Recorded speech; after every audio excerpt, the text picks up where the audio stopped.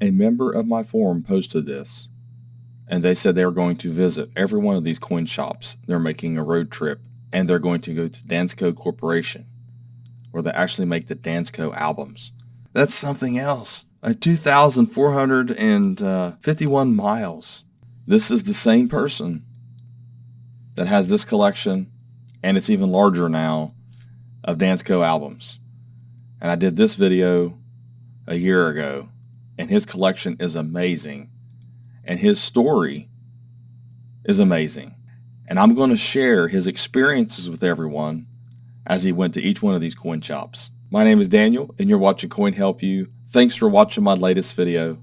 If you need help with a coin or you have questions about coins or coin values, go over to coinauctionshelp.com/forum or do a Google search for Coin Help You Community.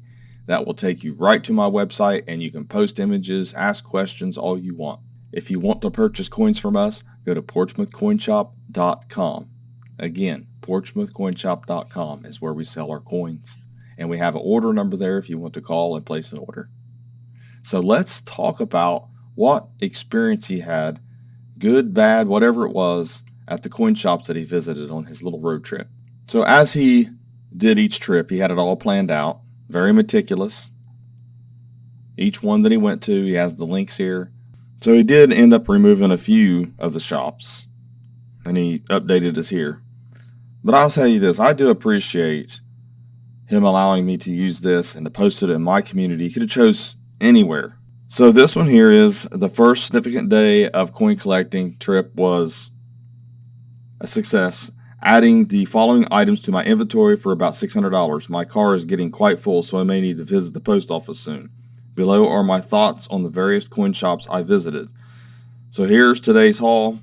And I'll have to say, we order albums here and old ones. We love albums as well. We love vintage albums. If he ever comes to our shop, we'll have some things for him to look at. We probably don't have anything he doesn't already have, but this is a lot of albums. I didn't realize he bought all of this. He sells a little bit too. So he got 8 Dansko albums, 11 Dansko pages, and it kind of listed down here. He said, I could not resist buying large sets of the Mirror Rig albums for $100 total. So David Lange researched them extensively for his coin albums books, although I had promised myself I wouldn't add albums from other manufacturers to my collection. This was too good to pass up. So Grizzly Gold and Silver. He's had a pleasant conversation with Randall about German coins. He was surprised to learn that I spoke some German, as I had studied abroad and taught English for 2 years in Ingolstadt, Bavaria, which he already recently visited. The selection of coins and albums was good, and there was a typical display of U.S. coins. Gave me a discount on some of the coin albums. So like I said, I'm going to have this link. You guys can go through here and look at all these images of the coin shops and how each coin shop treated him. This is good for business because there's a lot of coin shops out there that are very helpful, very friendly, very knowledgeable. You just have to go in with a good attitude, and you're just going to have a good time and find something that you want to buy. I got this pro tip for buying world coins individually, but a dealer only sells them in bulk. It says offer to pay double the bulk price if you get to pick out individual coins. So if they charge $10 per pound, offer to pay $20 per pound, but you get to pick out each coin. I found dealers will be open to that. So basically what he's saying is I'm selling $10 a pound, but you can't pick through them. You just got to take the pound. If you offer to pay 20, double, you get to pick. That makes sense. That's what I'm saying. Most dealers are willing to work with you. Just ask. Be brave. Don't be afraid. Don't have an attitude. That's one of the things that you got to think about for a minute. In life in general, you just can't have attitudes with people and automatically let your cognitive biases affect how you react to someone. First impressions are everything. So Artie's coins, gold, silver, and jewelry. He said that Artie was very personable, had a great conversation about our favorite coin album manufacturers. He had an extensive wall of various Dansko albums, huge selection of world and U.S. coins, tokens, and medals. We agreed to stay in touch since he has more albums in storage for me to look at. See what I'm saying? I mean, go in and be personable. You want something, usually you can get it. This is really cool. Penny Ranch, rare coins and jewelry and collectibles. This store was pretty busy when I visited. There was a fair selection of U.S. coins. I didn't see any world coins, and they only had a few coin albums. Had a good discount on a few albums I did purchase. Williams Gallery. General Modern Coin Shop with mostly U.S. coins, but they had a wide selection of coin albums, especially Littleton. I only saw U.S. coins and most were Morgan dollars. I got a good discount on my purchase. See, you notice this? Discount. Dealers want to help you get a good deal. You just have to ask or buy a lot or make a deal in a certain way.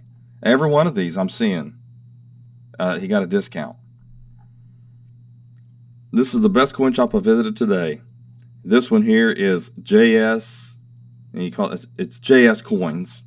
And he said that I'm always surprised by coin shops in small towns. Usually they're tiny, don't have much inventory, and mainly operate as gold and silver shops. But sometimes I find a small town shop run by a passionate collector.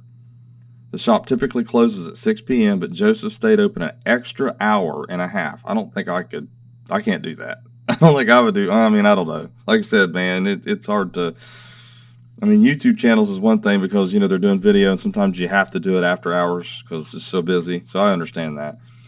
We even had a funny moment when I asked him about Dansko albums. He said, "I actually have 400 in my collection." I replied, "I think I have you beat at 800." I really enjoyed talking with Joseph. His main job is being a plumber, but he collects coins and runs his shop for fun. Now, man, come on, that's a life right there. Seriously. You know a trade, then you do coin shop. That's really cool.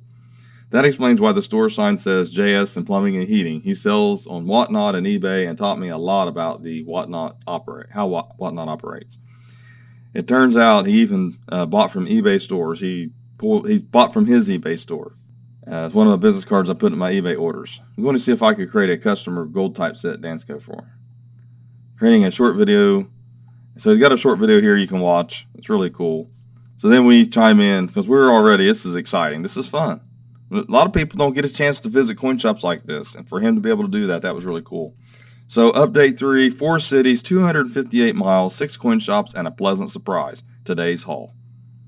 Yeah, these are the albums we buy here. Anytime we get a chance to buy lots of these from other dealers, we buy them.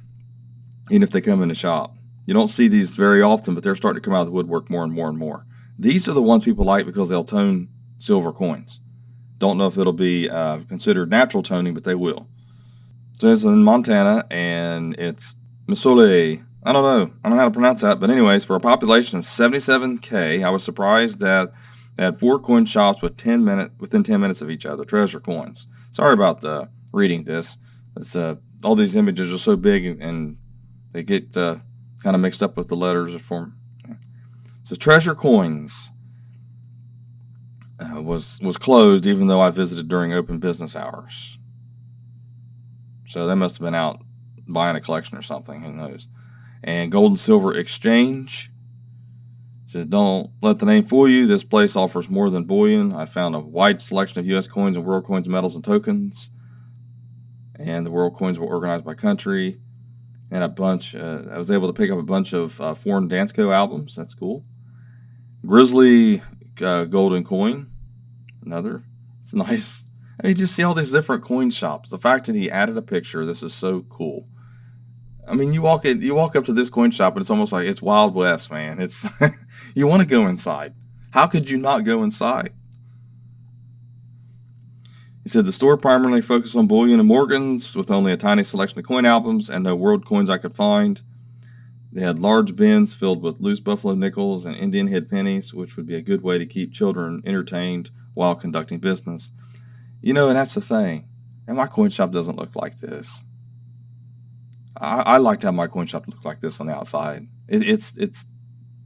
That's really cool. I like that. I like this. I like these old style, like little storefronts. Would love to have my shop to be that way, but what they did was they covered up ours with a facade. Behind it, there is a nice older building that's been around for a long time. Love to be able to get that fixed one day. I don't own the building, so can't do a whole lot. Gem shop, jewelries, and rare coins. Nice little storefronts down through there. Looks almost like in our town. We have some older buildings in our town, Bonifiddle area. The place was more of a jewelry store than a coin shop. Although they showcased a limited selection of coins, including Morgan dollars and contemporary proof sets, there was no coin albums for sale. Ponderay Gunberg collectibles, cabinets, skulls. That is cool. Cool name. Grundenberg. Cool. Gold, coins, gold, silver, prospecting supplies, preparedness supplies, ammo. Well, that's going to appeal to a stacker for sure. Wow. So, it says here that it was in Idaho, or Pend Oreille, Idaho, with a population of less than 2,000. Became my favorite stop of day 3. Mark Gruner runs the shop and spent an hour talking with me about all things coin albums. He had a wealth of knowledge of coin albums, and he knew owners of manufacturers such as Meyrig and Harco. He even let me go into the back room and see his personal numismatics library with 1,000 plus books and references. There was an incredible assortment of coin collecting supplies, massive wall of Whitman folders and Dansko albums. He was processing, bringing out inventory, supplies in the back. He just had a little bit of everything, it looks like here. That's really cool. You can just come over here to my help community and read this, because this is really, really cool to read it. All that the coin shop had here. After my initial post on a road trip, I received private mail. It said here, a nice surprise. After my initial post about my road trip, I received private messages from a few collectors with insights about their local coin markets. They advised me which coin shops to visit or avoid, including convincing me to take a detour to Grundenberg's. I'm really PM, so people in my help community sending private messages about what shops not to go to. I think it's best to let them go to the coin shop and find out for themselves, because everybody has bad experiences in life, and sometimes the bad experiences are not all because the coin shop's bad or the person's bad. It doesn't mean they aren't, but doesn't mean they always are. That's a little concerning. Okay, moving on. Day 4. After 7-hour drive, I'm now in Sumas, Washington, to rest before, and it's Washington, I know, to rest before visiting the Dansko offices tomorrow. I don't pronounce things exactly like everybody else. I'm from Appalachia, so I'm going to get things wrong. You're going to catch it. It's just best to be patient with me and just enjoy the content of my video, not how I say things. So I found a rare Republic of Austria Continental Line album at a great price and a custom Dansko. That's kind of cool. A few things. And Eastern Washington Coins Company. This quaint shop tucked away in a plaza displayed mainly U.S. coins. I didn't see any world coins. The owner, John, was friendly, and I got the sense that he was an honest dealer from listening to him chat with other customers. I spoke with him briefly while trying to find some oddball albums. Coins Plus Incorporated. When I arrived at noon on Thursday, this modern-looking store was crowded. 11 customers waiting on 2 busy employees. I had to wait 20 minutes to check out, but I was surprised by what I found. An entire wall covered with Dansko and vintage Whitman bookshelf. Albums and folders. There were over 50 vintage Whitman bookshelf, albums, hundreds of Whitman folders, and a shelf full of Danskos. I even found a custom Dansko album. All the customers were older, and I got the impression that the shop acquires many full albums from older collectors selling their coins. Since not many customers come in to buy albums, the shop has accumulated a ton of albums. This place is a must-stop for coin album collectors. And A1 rare coins. It almost looks like Asian in a way. I don't know. Looks a little different there. Best shop I visited. I had excellent service. A crazy rare Dansko Continental Line album just sitting there on the shelf. Graham and Ryan run this incredibly friendly shop. Local collectors told me these guys have the best world coins in Spokane, and I could see why. They display a vast selection of world coins and many more in the back room. I was excited when I saw they had a red Austria Continental Line album on bookshelf for $29. Graham heard I was moving to Portland, so he took his time to look up local coin shops and recommended which ones to attend. They don't have a web presence and have only tabled at a show in the last few years. Redline Coins. I was short on time and only had 10 minutes to check out the shop. The owner seemed friendly, and I noticed a lot of vintage Whitman bookshelf albums. A local collector recommended the shop, not for its selection of coins, but because the owner is approachable and shares his immense knowledge of coins with new collectors. So everybody kind of chimes in. You're more welcome to comment too if you visit this page. So day 5 update, 3 cities, 151 miles, 4 coin shops to visit to Dansko. That's so cool. So this was the best day in my numismatic career. Today, I had the privilege of visiting the Dansko headquarters in Sumas, Washington, and it was everything I was hoping for. I'll write a more detailed write-up when I finish my coin road trip, but I wanted to share quick highlights from my visit. Letitia and Steve Bryce were kind enough to welcome me into their office, even though it was their son's birthday and they were pressed for time. They gave me a full tour of their operations. I saw the entire production process up close. I saw how pages were made, employees putting albums together, gold foils applied to binders, and so much more. I'd be lying if I had said I didn't nerd out. He said their office is located in an old grocery store. Former grocery store lanes were converted into working tables for employees. That's so cool. The aisles and shelves held thousands of pages of albums ready for print and production. Dansko is truly a family-run operation. It has been under the family control since it was founding in 1937. I discovered that the Bruce family founded the company from the very beginning.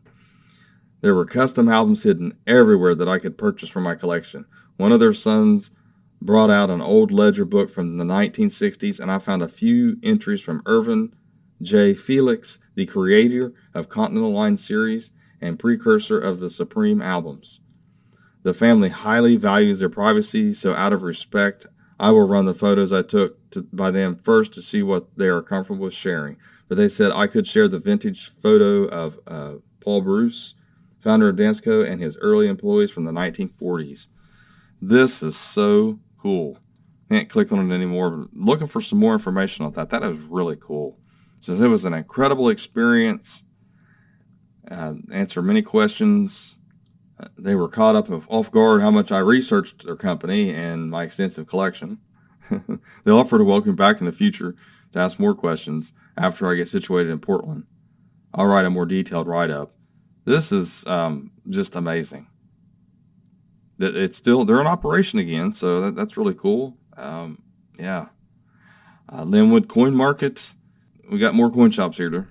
And it's a quaint shop tucked away in the plaza. I was greeted by a colossal pug staring me down at the door. Yeah, you're going to see we have our Rudolph, and he's a Great Dane, and then we have Yucca and Maple sometimes over here, and they'll definitely be greeting you at the door if you come to us. They're not out the door. They'll greet you at the counter because we don't let them on the other side.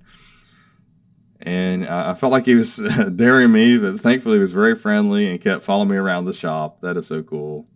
Love our little fur babies, that's for sure. Typical coin shop with a variety of U.S. coins on display. The staff was friendly, and when I said I was an album collector, they took time to go through their inventory. They didn't have a large album selection, but I did manage to snag a Dansko. And Bell Kirk stamp coin and comics. That sounds familiar. It's a family-owned business with a focus on stamps and comics rather than coins. They have a great vintage stamp collection. I was able to buy the 2 vintage Scott Publications stamp albums. For some reason, a kid was climbing on top of some shelves. He said, I noticed that some stamps featured Scott Publications and Dansko names, which makes you wonder if there's a relationship between 2 companies. The coin shop focuses on, let's see, this one here is Redmond Rare Coins. This coin shop focuses on bullion and doesn't have any ample supply of coin accessories. They mostly have Morgan and silver dollars on display. I got to chat with the shop owner. Sat in Santo for a bit. He shared some insights on the inner workings of the bullion market. I wasn't aware that bullion dealers were working with margins as low as 1%. Yes.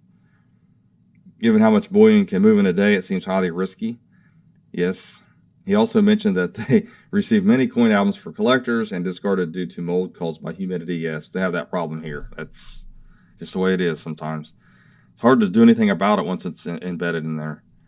I'm sure you can use mold remove and things like that maybe, but it just takes a lot of work, and if the albums aren't worth it, you know. So tomorrow is my last day on the Whirlwind Coin Ship. One thing settled down after my move. I'll do extensive write-up. This will be really good. Hopefully I can get him on a video here. He seems real receptive to it. So this is it. This is day 6, 3 cities, 173 miles and 3 coin shops.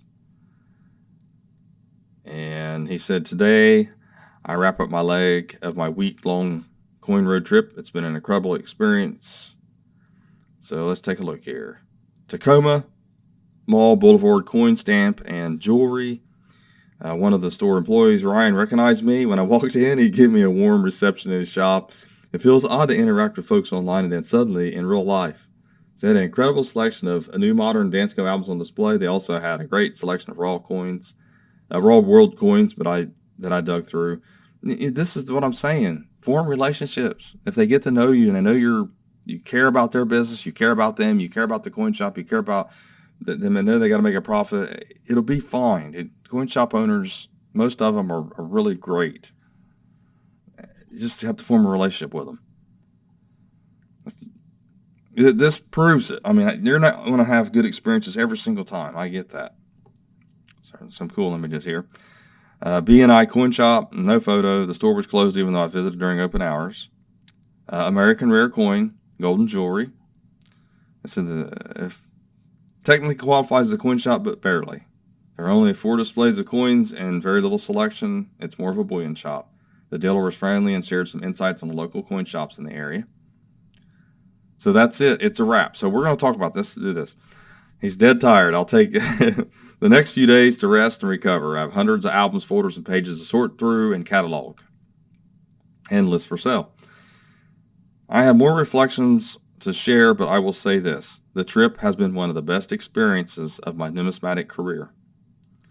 Over 6 days, drove 44 hours across 2,451 miles, visited 23 coins across the 3 states, met a fantastic amount of coin dealers and collectors who share an immense amount of wisdom and knowledge with me, met with collectors in real life after talking with them online.